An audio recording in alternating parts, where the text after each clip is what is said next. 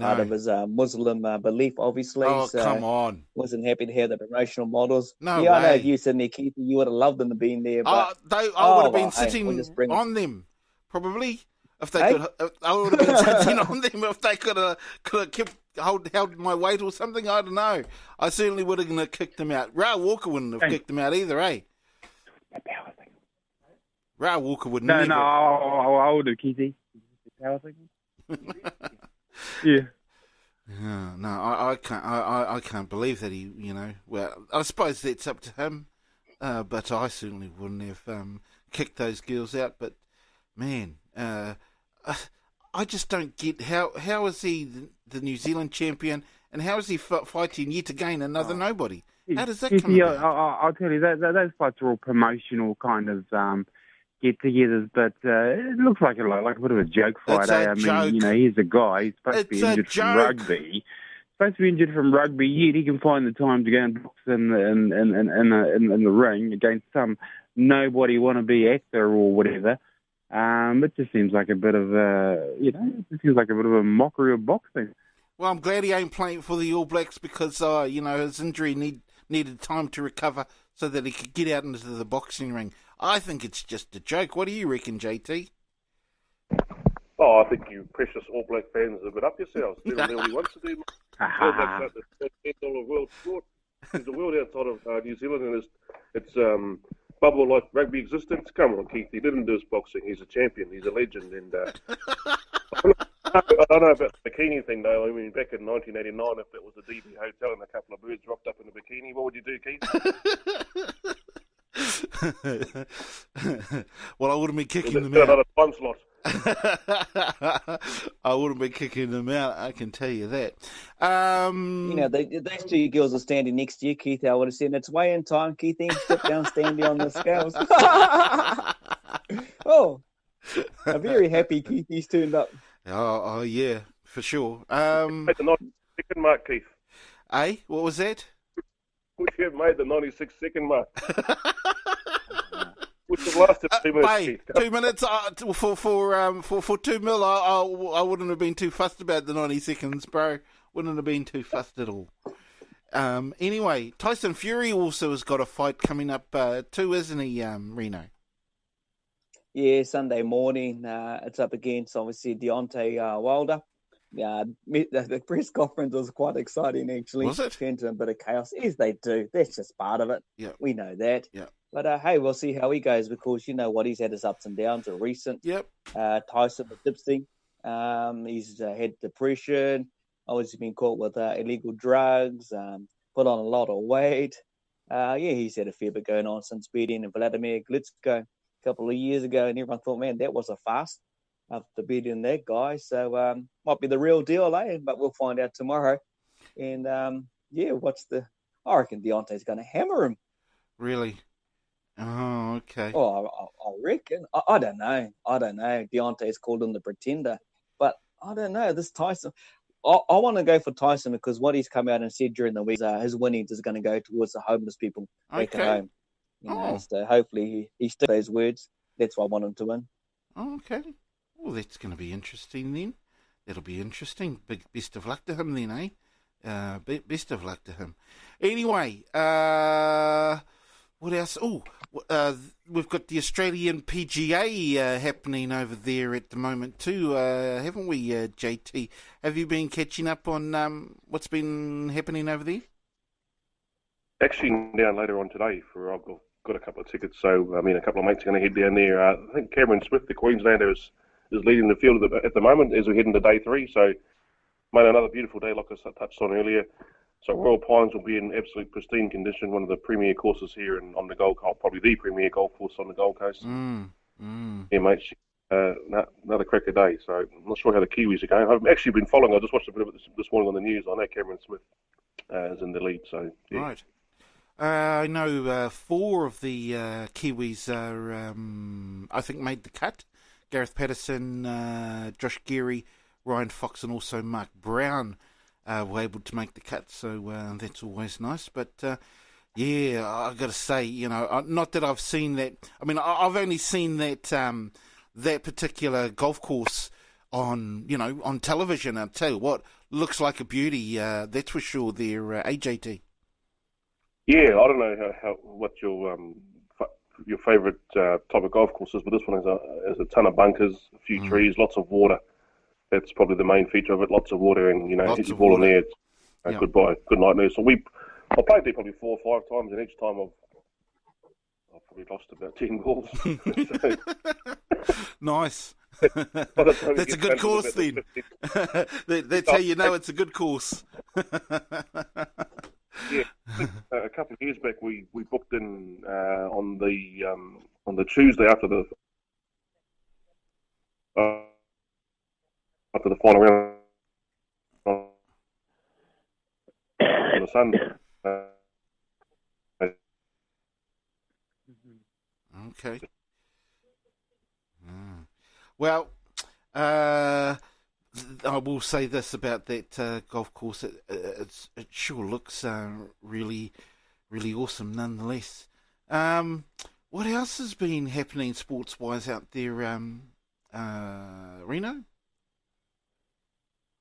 you there with us, Reno? Oh, what about you, Ra? Have you got any sports happenings that have been going on? The Tall Blacks, didn't they have a game against Syria? No. Is it tonight or? The Tall Blacks. I don't know. Yeah. Did they? I'm not sure. Yeah, they had a couple of qualifying games. I think they beat Jordan during the week. Right. And they've got another matchup against Syria, which they're expected to win quite comfortably, and put them into the next World Champs, I think. So representing, this Oceania. So, right. Couple of big games there for the men in black, and a good young team, both of experience and youth. So wish them all the best luck under Paulie Henare. Yeah. So was that tonight, that game there, Ra? Yeah, that wasn't until last night. I think it was last night, did they? Oh, okay.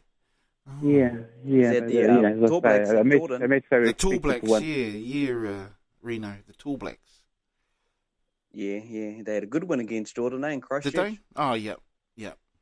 And are they up against Syria later on? Yeah, Syria, later on, tomorrow, win their game and they qualify for the Basketball World Cup. Right. Oh, wow. Yeah, they've just one win away from the Basketball World Cup, so got to wish them all the best tomorrow. Yeah, definitely. I can still remember, I still recall, what year was that? Was it 2000 or 2002? It might have been 2004, of course, when they went to the World Championships, and they really did New Zealand proud back then, even though that's quite a few years ago. But who was that coach? What was the name of that coach? Tab Baldwin? Tab Baldwin. Yes, Tab Baldwin. So those were the good old heady days back in the day, when wasn't it? With our big man, and back in those days. You must remember that, Reno? Yeah, old Pedro Cameron and some of the names, Dylan Boucher, who are associated now with the Breakers and everything like that, So, yeah. Oh, well, good days. Just hope they can, with Paul Henare, bring it through tomorrow, and it'll be just another one for our national team to make a World Cup, bro. Yeah, be great to see them certainly at the World Cup once again. That's for sure. I think, if I'm correct, they ranked 4th. They got 4th in the World Championships back then, which was, pretty damn good going, really, for New Zealand, to be quite honest, wasn't it? So. Massive, bro. That's a massive achievement. Mind you, Tab had some good times too, at that time of era. When you think of the early years of basketball, Breakers and everything like that. So he was on a high, mate. Yeah. A bit of controversy around then as well with Tab, but hey, he got through with the goods in the end, and like you say, be up in the top 4 in the world. That's huge. That's massive for our country. Oh, huge for the country. That is for sure. Talking about huge, what was also huge was our under-17 women's soccer team, who played, was it Thursday? Who played on Thursday, of course. They lost to Japan, But of course, they go into the match for third place up against Canada. I think that's tomorrow. Regardless, boy, that's some good stuff there from our New Zealand, our Kiwi ladies, eh? What do you reckon, Reno? Yeah, it was. Over the tournament, I understand too, they start pretty good in their first 40, but got to hard time, still 0-0, and the floodgates opened in the second 40 with the young Spaniard girls got through. So the Spanish girls, as you say, beat them 2-0. But hey, you got to be proud of these young girls from New Zealand. To get there, they knew they were the underdogs majorly. And after their goalkeeper got that penalty shootout against Japan just prior to that and got us through to their final, Japan, one of the highly ranked teams in that world tournament. Yes. So, the writing was on the cards. But, hey, to make it to where they were, and that's an achievement. And they've got a little bit of whānau support over there as well, which is great to see. So, good on them. And, you just got to celebrate that type of stuff. 17 World Cup. It's a massive achievement, mate. That's awesome. That's unbelievable for these young ladies. Absolutely. I can't think of any New Zealand team that has gotten that far in any World Cup in the game of soccer. So, a huge achievement in both men or in both men or women, to be quite honest. Great achievement indeed. Anyway, what's been happening over in the cricket over there in Aussie, JT? Yeah, a couple of practice matches. The Indian tourists playing the Australian 11 at SCG as we speak. The first test kicks off on Thursday at the Adelaide Oval, and India. Okay. Of course, the New Zealanders they are up onto their third match up against Pakistan over there somewhere. Monday it kicks off, or So when you say over there, you mean at the Harry Barker Reserve? No, well, it's definitely not at the Harry Barker Reserve. I'm not sure if it's at Abu Dhabi again, or could be anywhere, but I know it's somewhere over there. Well informed, us people here on Full Time. Well informed. David Lang would be just loving listening to this on his podcast, eh? Anyway, so New Zealand, of course, it's tied up. Pakistan were able to tie up the series in their last game, beating New Zealand. It was only just two, I think. It was a good game. Good game, man. Very, very good game. But, actually, the New Zealanders got smacked by about an innings and something, but however, it kept on going. What else has been happening sports-wise out there, Reno?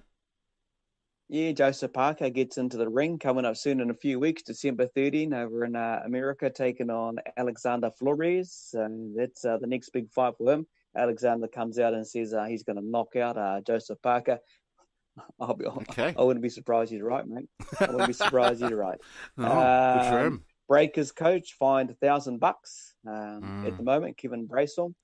A bit of a flack going on there, obviously with the officials too, with Ty Wesley and everything like that. So he's copped $1,000 fine. So a bit going on there, mate. A little bit of other sports floating around at the moment. Our Black Sticks men's team had a good win over France, making its qualification for the World Cup as well. So seems to be that type of year, end of this year, that most teams are kind of putting their hands up to try and qualify for World Cups. Yeah. Also, an old mate of mine, Jeff Green, used to. I think did he coach New Zealand? No, but he used to coach the Hutt Valley Lakers. Quite a high profile coach, certainly in this country. He's been coaching, I think it's Fraser High School, for quite some time with his daughter. Course, playing in the team that he coaches. Apparently, he played an unregistered player in the Nationals that was held down in Palmerston North just recently, and their school's also been fined $1,500. So, that's not been great for him. What else has been happening out there, Reno?